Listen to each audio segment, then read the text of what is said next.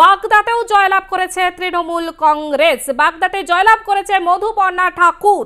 চলতি বিধানসভায় রাজ্যের সর্বকনিষ্ঠ বিধায়ক হতে চলেছেন মতুয়া পরিবারের সদস্য এবং মমতা বালা ঠাকুরের কন্যা মধুপর্ণা ঠাকুর। 13 বছর পর এই কেন্দ্রে ফিরল তৃণমূল কংগ্রেস। দেখতে পাচ্ছেন সেই জয়ের পর মধুপর্ণা ঠাকুরের ছবি। মধুপর্ণা ঠাকুর কতটা খুশি এই জয়ের পর, তৃণমূল কংগ্রেস কর্মী সমর্থকরা তারা কতটা খুশি, সেই ছবি আমরা তুলে ধরেছি আপনাদের সামনে। চলতি বিধানসভায় রাজ্যের সর্বকনিষ্ঠ বিধায়ক হতে চলেছেন মতুয়া পরিবারের সদস্য এবং মমতা বালা ঠাকুরের কন্যা মধুপর্ণা ঠাকুর। এই জয়ের পর কি বলেছেন তিনি শোনাবো আপনাদের। জয় হচ্ছে আমার, এটা জয় নয়, পুরো মমতা ব্যানার্জির জয়, আমাদের হরিগুরুচাঁদ ঠাকুরের জয়, প্রতিটা ভোটার যারা ভোট দিয়েছে সেদের জয়, প্রতিটা কর্মী যারা সারা রাত দিন খেটেছে সেদের জয়। সিএ নিয়ে আমাদের জন্য ম্যাটার করে না, আমরা সব প্রথম থেকে লেগে আছি। বাগদাকে আমরা করে আমরা বাগদার পাশে যেন দাঁড়াতে পারি, সোনার একটা বাগদা আমরা গড়তে পারি, সেটাই আমাদের লক্ষ্য। জেতার পরে আমি দেখেছি রাস্তার খুব সমস্যা, বাগদার লোকেদের ব্রিজের খুব প্রবলেম, লাইটের। আশা করছি এগুলো আমি পূর্ণ করতে পারি। হেরে তো গেছে, হেরে যখন গেছে এখন তো ওটা বলতে তো হবে, কিছুটা তো বলতেই হবে। চিরকালই জানে, এটা ওনারাই জানতো কি সিট এবার টিএমসি জিতবে, একটা জাস্ট কিছু করার জন্য, ইস্যু বানানোর জন্য ওটা তো করতেই হবে। জয়।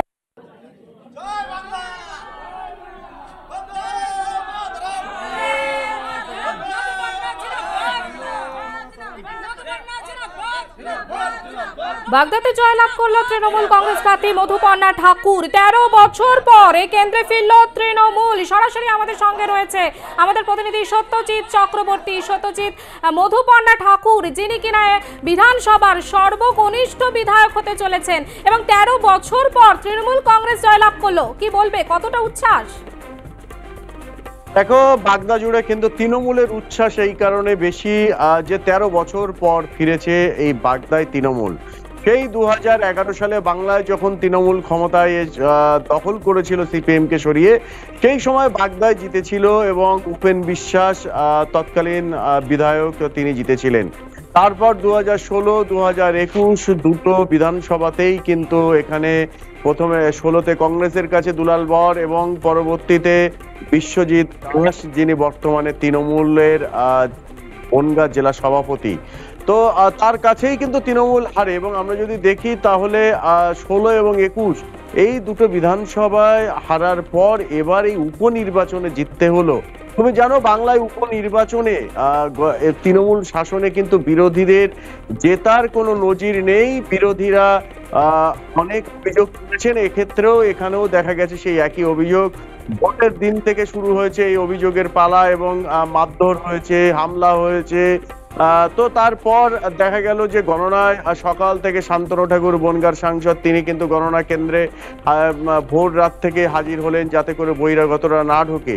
দিনের শুরু থেকে, অর্থাৎ পোস্টাল ব্যালট থেকে কাউন্টিং, তখন থেকে এই মধুপর্ণা এগিয়েছিল, আর কিন্তু তাকে পিছনে ফিরে তাকাতে হয়নি, সমানে কিন্তু জিতে গেল। দেখো, কিছুদিন আগেই লোকসভা নির্বাচন হয়েছে, সেখানে এই বাগদা থেকে তৃণমূল কিন্তু বিধানসভার ভিত্তিতে 20,000-এর বেশি কিছু ভোটে হেরেছিল।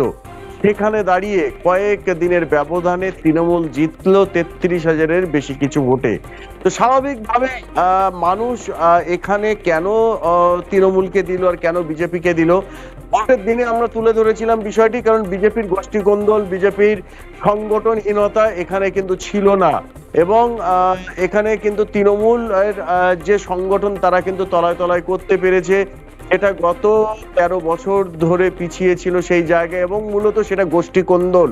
তুমি জানো, রাজ্যের কিন্তু বেশ কয়েকজন নেতা যারা উত্তর 24 পরগনা, যার ভিতরে একজন মন্ত্রী রতিন ঘোষ, খাদ্যমন্ত্রী, পার্থ ভৌমিক বর্তমান সাংসদ ব্যারাকপুরের, তাদের দেওয়া হয়েছিল দায়িত্ব এবং তারা কিন্তু এই জায়গায়, এবং উত্তর 24 পরগনা সভাধিপতি নারায়ণ গোস্বামী, এই তিনজনকে মূলত দায়িত্ব দেওয়া হয়েছিল বাগদা চাই।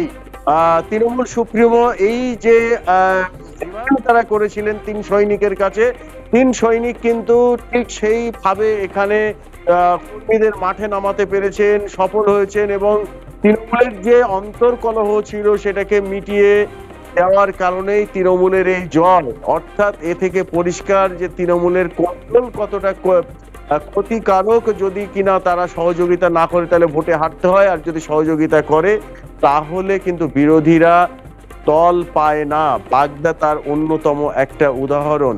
তো এরকম জায়গায় দাঁড়িয়ে পাশাপাশি বিরোধীদের এখানে কিন্তু সংগঠনহীনতা, দুর্বল সংগঠন এবং তাদের আভ্যন্তরীণ কোন্দল শাসকের থেকেও কিন্তু অনেক বেশি, যে কারণে সাধারণ মানুষ বিরক্ত হয়েছে।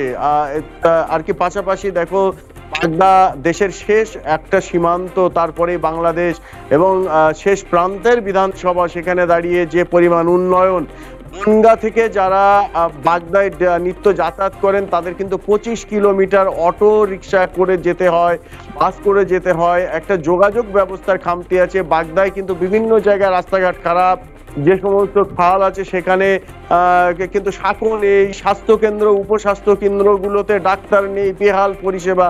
এইরকম জায়গায় দাঁড়িয়ে এই মধুপর্ণাকে জেতালো বাগদাবাসী। তারা কিন্তু অনেক আশা নিয়ে, সেই আশা কতটা পূরণ করতে পারে সেটা কিন্তু 2026-এ মানুষ তার জবাব দেবে, যদি তারা যে চাহিদা আছে সেই চাহিদা পূরণ করতে পারে শাসক তৃণমূল। ভোটাররা প্রকাশ্যে ভোটের দিন এমনই মন্তব্য করেছিল আমাদের ক্যামেরার সামনে। স্মৃতি, আমি পারমিতা সত্যজিৎ, একেবারেই তুমি যেমনটা বললে যে 2000 আবার কিন্তু সেই 26-এই কি হয় সেদিকে অবশ্যই নজর থাকবে। আপাতত ধন্যবাদ তোমাকে। সর্বকনিষ্ঠ বিধায়ক হতে চলেছেন মধুপর্ণা ঠাকুর চলতি বিধানসভায়। মতুয়া পরিবারের সদস্য এবং মমতাবালা ঠাকুরের কন্যা মধুপর্ণা ঠাকুর বাগদাতে জয়লাভ করলেন। 13 বছর পর এই কেন্দ্রে ফিরল তৃণমূল এবং একেবারে জয়ের উচ্ছ্বাস বাগদাতে।